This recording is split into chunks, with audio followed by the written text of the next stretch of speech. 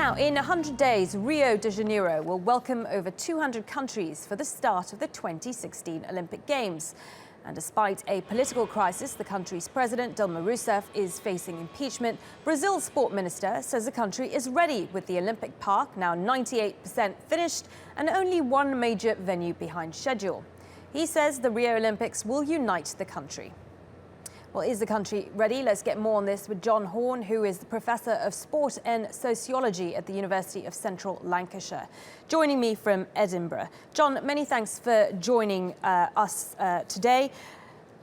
Tell me, how would you assess Brazil's readiness if you compared it to other countries who have hosted the Olympics at this particular point in the run-up? How ready is Brazil?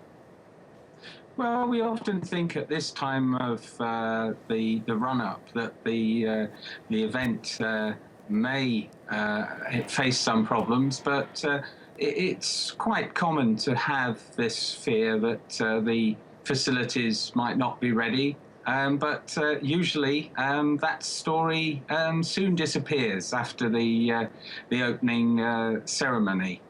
So I think Brazil is on track. As you can see from the photographs of the Olympic Park, it's on track to be ready.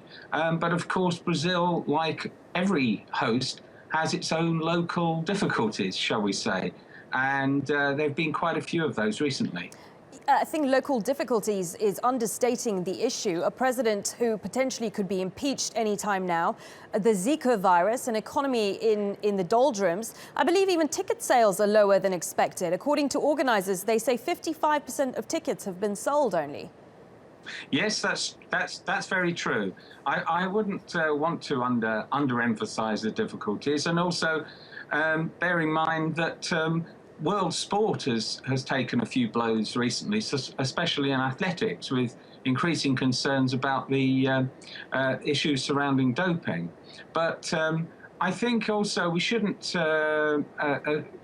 be surprised that the story of the games until the games happen is that they may have difficulties in actually staging the events. But as I said, the focus will very much turn on the sport when we get to August. OK, many thanks for that. John Horne, Professor of Sport and Sociology at the University of Central Lancashire, joining me there from Edinburgh.